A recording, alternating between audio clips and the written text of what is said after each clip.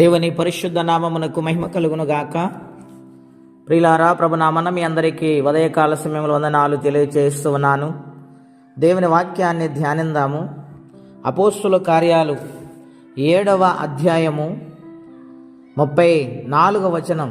ఐగుప్తులో ఉన్న నా ప్రజల దురవస్థను నేను నిదానించి చూచితిని, వారి మూలుగు వింటిని, వారిని విడిపించుటకు దిగివచ్చి ఉన్నాను, రమ్ము, నేనిప్పుడు నిన్ను ఐగుప్తునకు పంపుదనని అతనితో చెప్పాను.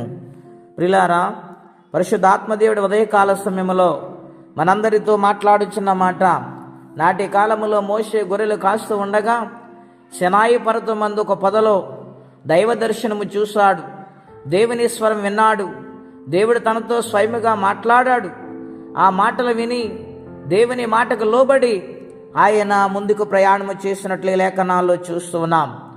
ఏమిటి ఇక్కడ జరిగిన సంఘటనను మనం ఆలోచన చేస్తే, ఇశ్రాయేలు ప్రజలు ఐగుప్తు దేశములో బానిస బ్రతుకులో ఉన్నారు, ఇబ్బందుల్లో ఉన్నారు, చెరసాలలో మగ్గిపోతున్నట్లుగా ఆ ఇనప కొలిమి లాంటి దేశములో వారి బానిసత్వములో మగ్గిపోతూ ఉన్నారు.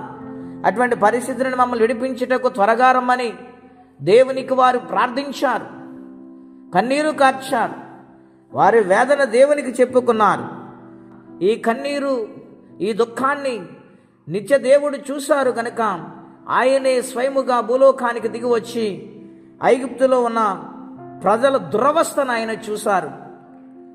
ఆ దురవస్థ నుండి, ఆ కష్ట పరిస్థితి నుండి తన బిడ్డలను విడిపించి వాగ్దానము చేసిన దేశానికి తోడుకుని రావాలని మోషేతో మాట్లాడుతూ ఉన్నారు.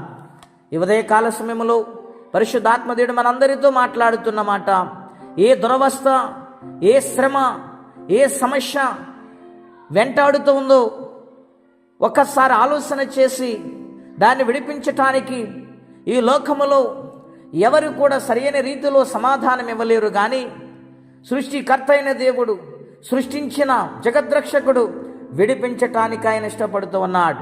గనుక అది దుఃఖమా, రోగమా, సమస్య, బాధ ఎటువంటిదైనా ఆయన విడిపించగలడు. గనుక ఆయనకు మొర్ర పెట్టేవారుగా ఉండాలని, ఆయనకు విజ్ఞాపన చేయవారు ఉండాలని ప్రభు పేరట మీకు మనవి చేస్తూ ఉన్నాను.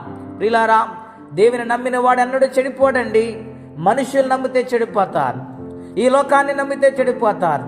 దేవుని నమ్మితే ఎన్నటికైన విజయమే దేవుడు అనుగ్రహిస్తారు. ప్రతి ఒక్కరు కూడా ప్రార్థన చేద్దాం. ప్రార్థన అండి. అత్యంత కృప కలిగిన దేవా, బహోన్నతమైన మీ నామము కొరకై స్తోత్రం చెల్లిస్తూ ఉన్నాం. నాయన, ఐగుప్తులోని నీ బిడ్డలు శ్రమను, దురవస్థను చూసిన దేవుడవు. నాయన, ఈ దినాన్న మా దురవస్థను, మా శ్రమను, మా కష్టాన్ని నుండి విడుదలిస్తానని మీరు వాగ్దానము చేస్తూ ఉన్నారు. అయితే మీరు మొర్ర పెట్టండి, విజ్ఞాపన చేయండి, నాకు మొర్ర పెట్టినప్పుడు నేను వింటానని మీరు మాట్లాడుతున్నారు. కనుక నాయన, మనుషులు నమ్మి నాయన ఎంతకాలమో నాయన మనుషులు నమ్మి పాడైపోయాము. ఇక మనుషులు కాదు, నిన్ను నమ్ముకునే జీవితం అందరికీ మీరు అనుగ్రహించండి ప్రభువా. నీ చిత్తానికి లోబడే బిడ్డలుగా జీవించటానికి కృపా సహాయము దయచేయమని, ఎవరి కష్టంలో, బాధలు, ఇబ్బందుల్లో, ఆపదలో ఉన్నారో వారికి నీ సహాయం పంపించి విడిపించమని, ఈ దినమ దీవెనకరంగా మార్చమని యేసుక్రీస్తు వారి పుణ్యనామములో ప్రార్థించి వేడుచున్నాము తండ్రి. ఆమేన్. దేవుడు నిండారుగా దీవించునుగాక. ఆమేన్.